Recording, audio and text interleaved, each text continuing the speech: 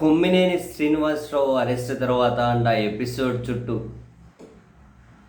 సాక్షికి సంబంధించినటువంటి ఆఫీసులు కార్యాలయాల మీద వీళ్ళ దాడులు దౌర్జన్యాలు ఇవన్నీ చూస్తే అది ఒక సాకులాగా మాత్రమే అనిపించింది.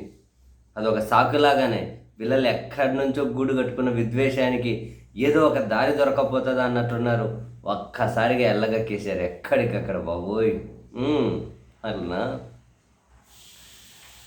ఈ ఓవరాల్ ఎపిసోడ్ మీద మళ్ళీ జగన్మోహన్ రెడ్డి గారు చంద్రబాబు నాయుడు గారిని ట్యాగ్ చేస్తూ ఒక ట్వీట్ చేశారు. చంద్రబాబు గారు అనని మాటలను సీనియర్ జర్నలిస్ట్ కొమ్మినేని శ్రీనివాసరావుకి ఆపాదిస్తూ వాటిని వక్రీకరించి విష ప్రచారం చేసి ఆయన్ను అరెస్టు చేయడమే కాకుండా సాక్షి యూనిట్ ఆఫీసుల మీద ఒక పథకం ప్రకారం దాడులు చేయించారు.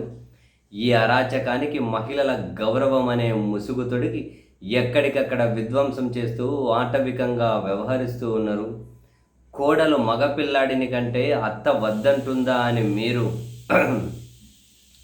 ఆడపిల్ల కనిపిస్తే ముద్దైనా పెట్టాలి లేదా కడుపైనా చేయాలి అని మీ బావమరిది గారు గతంలో అన్న మాటలు చూస్తే మీకు మహిళల మీద ఎంతటి గౌరవం ఉందో తెలుస్తుంది. చంద్రబాబు గారు రాష్ట్రంలో మీరు అధికారంలోకి వచ్చిన నాటి నుంచి మహిళలకు బాలికలకు రక్షణ లేకుండా పోయింది. ఈ ఏడాది పాలనలో మహిళలు బాలికల పట్ల మీకు ఎలాంటి చిత్తశుద్ధి లేదని తేలిపోయింది.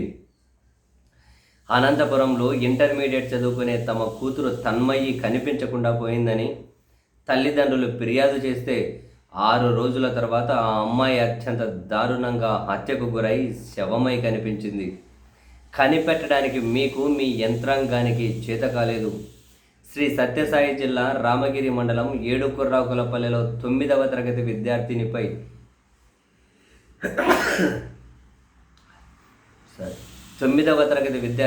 6 నెలలుగా బ్లాక్మెయిల్ చేసి 14 మంది అత్యాచారం చేస్తే బాధితురాలు ఫిర్యాదు చేయనీయకుండా భయపెట్టారు.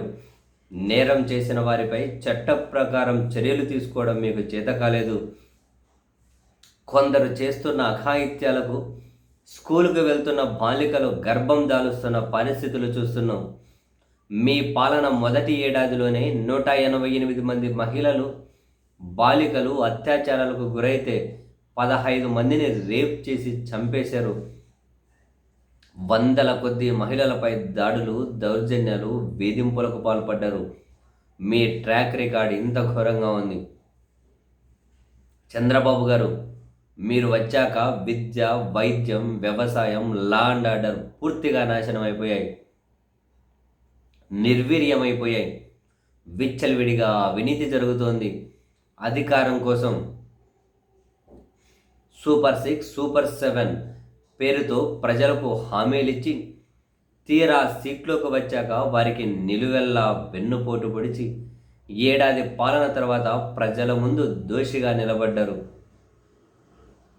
పాలనలో చతికిలబడ్డ అసమర్థ అవినీతి అరాచక ముఖ్యమంత్రిగా ప్రజలు మిమ్మల్ని చూస్తున్నారు.